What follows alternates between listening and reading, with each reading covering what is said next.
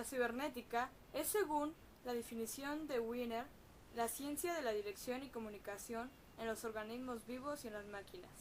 Bueno, antes de comenzar a hablar de toda esta historia de la cibernética, para mí es muy importante mencionar que Wiener es un científico que veremos aparecer en todo este desarrollo varias veces, que en lo personal siento que es uno de los más importantes, y es el que empieza a dar una definición de la cibernética y propone varias cosas para ella. En este video hablaré sobre la historia de la cibernética e iré mencionando diversos inventos y científicos que influyeron en su desarrollo, comenzando por los siglos 3 y 4.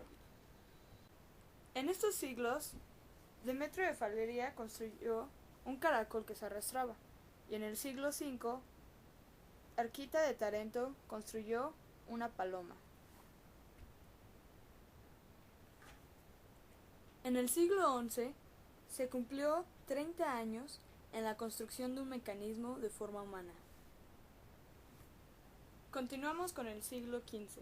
En el siglo XV, Müller creó una serie de autómatas. Autómatas quiere decir máquina que imita la figura y los movimientos de un ser animado.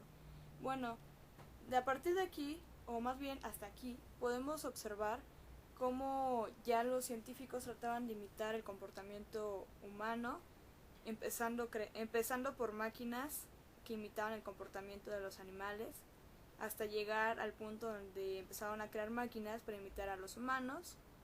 Y bueno, actualmente pues los siguen trabajando, siguen tratando de mejorar poco a poco ese tipo de máquinas. Y podemos ver que actualmente con toda la tecnología que hay, pues se han acercado todavía un poco más a crear una máquina casi como nosotros. Continuamos con el siglo XVII. En el siglo XVII, Blaise Pascal construyó la primera sumadora automática. También Huygens descubre el reloj de péndulo. Bueno, estos fueron dos de los descubrimientos que a mí se me hicieron más importantes de este siglo, puesto que la primera sumadora automática es algo que hasta actualmente en nuestro tiempo es muy funcional para nosotros. Y el reloj de péndulo es algo que también utilizamos actualmente, es algo que no ha pasado de moda y sinceramente no creo que pase de moda, y es algo que para mí fue de lo más importante en el siglo XVII. En el siglo XVII, Descartes consideraba al hombre como un reloj. Él citaba más o menos algo así: trataré de explicar el mecanismo de nuestro cuerpo. Él comparaba el mecanismo de nuestro cuerpo con el de un reloj. Eso fue como que la base de su trabajo durante ese tiempo. También, en el siglo XVII, Bernoulli plantea el problema del tiempo mínimo en el que un cuerpo recorrerá dos puntos definidos. Bueno, esto fue algo que a mí se me hizo muy interesante. Es algo que en lo personal me agradó poner en ese video, porque siento que simplemente la obra de Descartes que nos compare con un reloj es algo que a mí se me hace algo importante y algo muy, muy interesante de aprender. Para mí lo más relevante del siglo XVIII fue que Pascal, Fermat y Huygens iniciaron el cálculo de probabilidad. En el año de 1662, Fermat, al investigar la ley de refracción de la luz, formuló el principio del tiempo más corto. El principio de Fermat originalmente decía: el camino entre dos puntos dados que recorre un rayo de luz es tal que para ese camino el tiempo que tarda la luz en recorrerlo es mínimo. En términos más modernos, dice: la luz, al ir de un punto a otro, sigue una trayectoria tal que el camino óptico recorrido es mínimo. Bien, a pesar de esa corrección, el principio de Fermat sigue siendo erróneo, dado que a veces la luz sigue un camino óptico máximo. Por tanto, el principio se reformula a partir de la teoría variacional, diciendo que el camino óptico recorrido por la luz para ir de un punto a otro es tal que el camino óptico recorrido es estacionario respecto a las variaciones de los caminos posibles. Bueno, esta última definición sería el principio ya corregido de Fermat.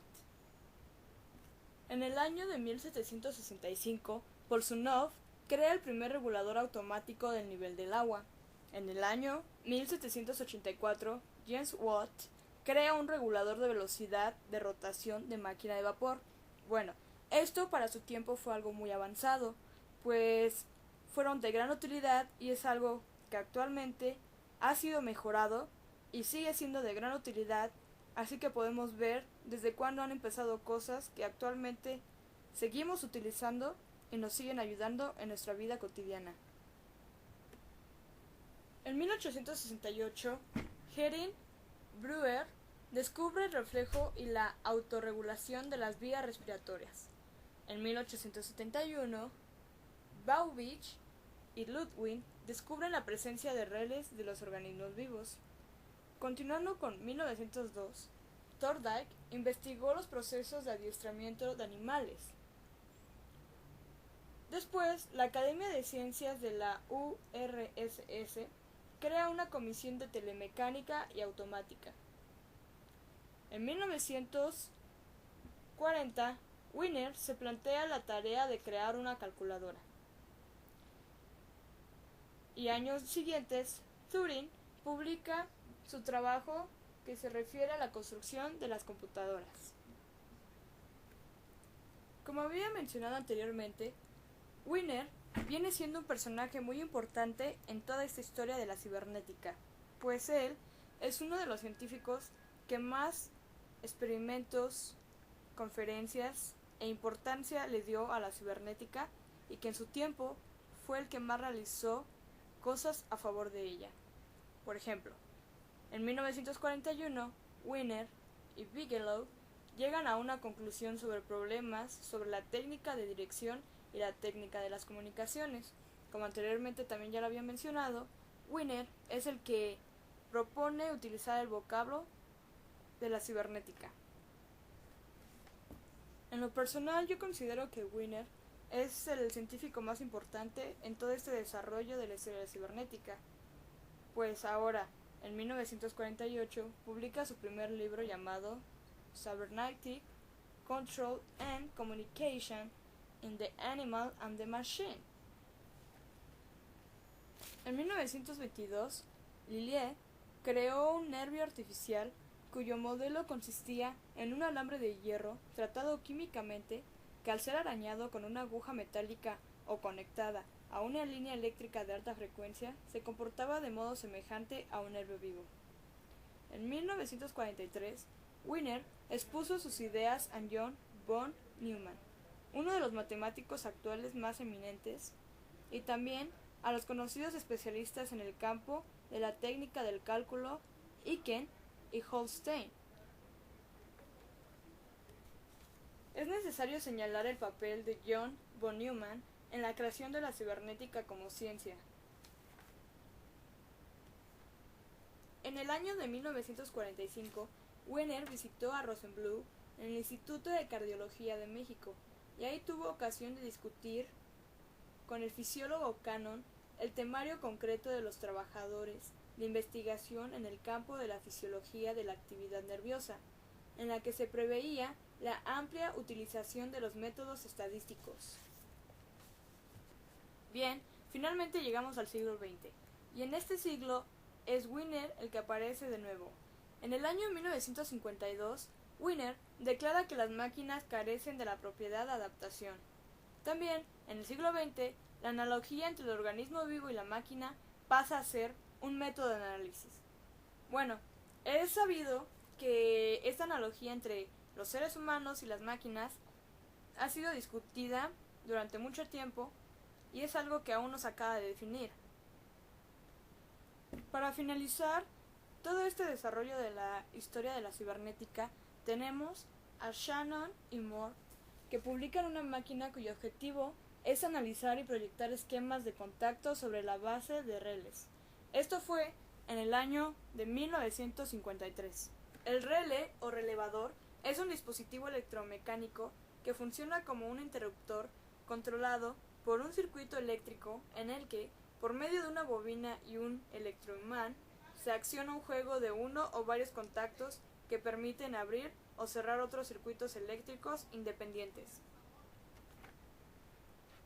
Bueno, y así hemos llegado al fin de toda esta historia de la cibernética. Obviamente, en ese video no se abarca todo el desarrollo de la cibernética, puesto que es muy amplio, es una ciencia demasiado amplia en su desarrollo, pues día con día va mejorando y se va actualizando cada día más. Pero lo que sí traté de hacer es explicar cada concepto, cada parte de la historia de una manera clara, para apoyarlos en su conocimiento, para que pudiera hacer de su aprendizaje algo más práctico, y espero haberlos apoyado y ayudado un poco. Bueno, muchas gracias por su atención.